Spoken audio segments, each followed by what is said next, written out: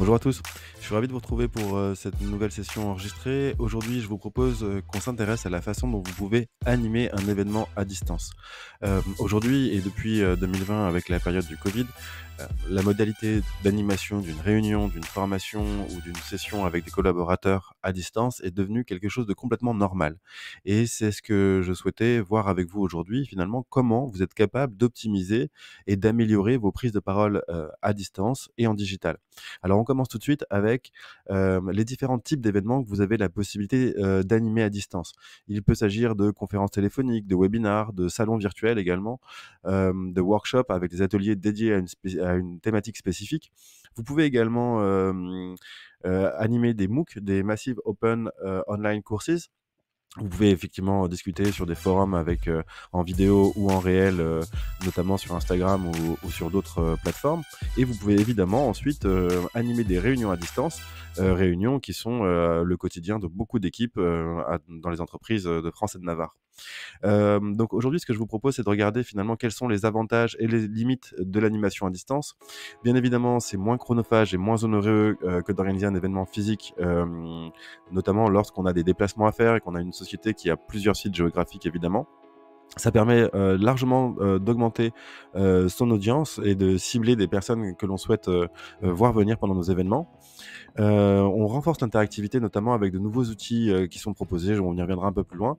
C'est beaucoup plus flexible qu'évidemment qu'une réunion, en présentiel, et puis, finalement, c'est une optimisation sur du fonctionnement de votre entreprise, et vous aurez un retour sur investissement lorsque vous animez à distance, puisque ça coûte évidemment moins cher de le faire, d'organiser des sessions de formation, notamment pour des points spécifiques. Les limites, c'est, que la technique est parfois assez aléatoire. Vous pouvez investir dans du matériel et qui ne fonctionne pas toujours, et on en fait tous l'expérience.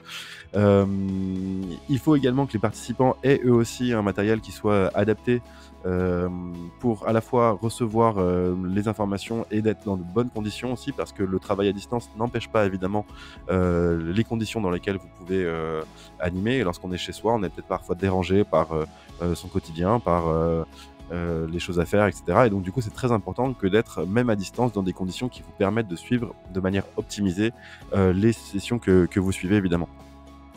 Il peut y avoir effectivement après, des hésitations lors des prises de parole en public, une mauvaise utilisation, par les participants, du micro notamment, il peut arriver que les participants ouvrent leur micro, au milieu de la session, et ça évidemment c'est les limites, hem, du travail et de la formation à distance.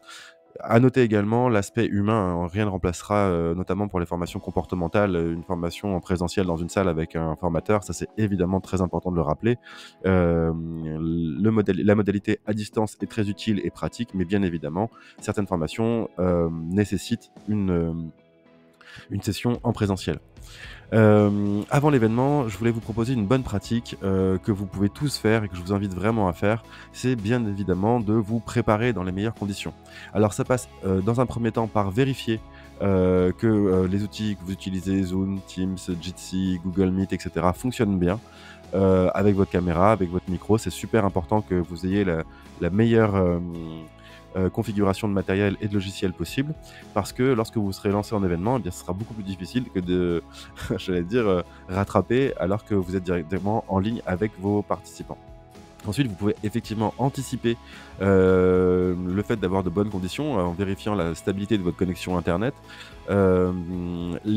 Tester évidemment la session avant, l'heure prévue, parce que si vous commencez à tester votre matériel à l'heure pile du début de la réunion, vous risquez, évidemment, de prendre du retard pour le début de votre session. Ensuite, contrôlez, votre micro, votre caméra, votre partage d'écran, votre partage de presse avant l'événement là encore, et puis ensuite vous testez, l'intégration que vous avez entre vos différents outils, qu'il s'agisse de Prezi dans Zoom, de différents outils d'animation. Testez évidemment, la façon dont ça fonctionne. Pendant l'événement, gardez votre micro allumé seulement si vous parlez, évidemment. Ça, là, évidemment, là, je fais référence aux événements que vous co-animez notamment. C'est aussi, parfois, problématique, c'est que des animateurs laissent leur micro ouvert et parasitent, l'intervention d'autres intervenants ou des participants. Gardez évidemment votre caméra allumée. Pourquoi? Parce que ça permet de voir les réactions et de noter les réactions à la fois des personnes qui animent, mais aussi des personnes, qui suivent votre session. Parce que là aussi, il y a une 80 de la communication passe effectivement, par le non-verbal, par la gestuelle et par l'ensemble finalement des gestes et de ce que vous allez amener, lors de la session. Donc c'est très important que vous ayez la possibilité d'interagir directement avec les personnes avec qui vous bossez et avec qui vous échangez. Posez des questions en permanence à votre audience, pour créer de l'interactivité et essayez d'être toujours, dans l'échange et le partage d'informations. Évitez de faire trop de descendants parce qu'à distance, le descendant peut être perçu comme, parfois un peu lourd ou un peu, difficile à assimiler, donc vous perdez en qualité pédagogique ou en interaction ou en qualité de communication. Ensuite, demandez aussi, pour les mêmes raisons, que j'évoquais, votre caméra allumée, demandez aux participants qu'ils laissent la leur allumée. Pourquoi? Parce que là aussi, vous avez la possibilité de vous appuyer sur les réactions des personnes avec qui, vous échangez et ça, c'est évidemment très qualitatif en session. Ensuite, vous pouvez utiliser des outils d'animation interactifs et dynamiques comme Kahoot, comme Klaxoon, comme Zoom, comme les différents groupes aussi proposés par Google Meet, par, les différents outils. Donc ça, c'est super important. Si vous avez des questions pour savoir comment on fait pour intégrer la présentation, directement dans la caméra, moi je suis à votre disposition pour y répondre et puis de toute façon, vous le savez, il y a une formation qui est dédiée chez infinity.co.com. Vous pouvez aller directement voir les différents programmes de formation et vous trouverez, la session de formation dédiée à l'animation à distance et là, je vous expliquerai tous les process, tout le fonctionnement, la préparation, une recommandation de matériel également et finalement comment vous faites pour, optimiser à la fois vos sessions, de formation, des réunions et comment vous êtes aussi capable d'utiliser les meilleurs outils pour enregistrer, vos sessions et ne pas perdre le travail que vous avez déjà réalisé.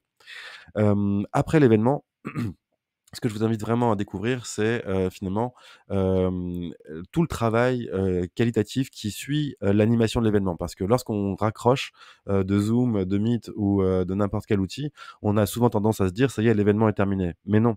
En fait, si vous envoyez un mail aux participants pour les remercier et pour les inviter aux prochaines sessions, vous allez là encore créer du lien, j'allais dire hors ligne ou de manière asynchrone. C'est-à-dire que les personnes pourront effectivement revoir, le compte rendu, que vous avez envoyé par mail, revoir les sessions que vous avez enregistrées, et c'est d'ailleurs pour ça que ce sont les 2 points suivants, à savoir partager des informations, des imprimes écran, des images, des remarques à vos participants, notamment sur les médias sociaux parce que ça montre aussi qu'il y a, une véritable vie pendant vos événements, que les participants ont des réactions et que ça, c'est vraiment, très qualitatif en termes d'échanges, de formation et de partage d'infos en réunion.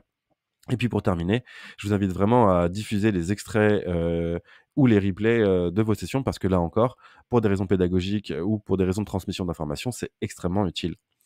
Je voulais effectivement aussi vous proposer un rapide zoom sur les différents outils que vous pouvez utiliser, notamment effectivement Zoom, Google Meet ou encore Teams, de Microsoft.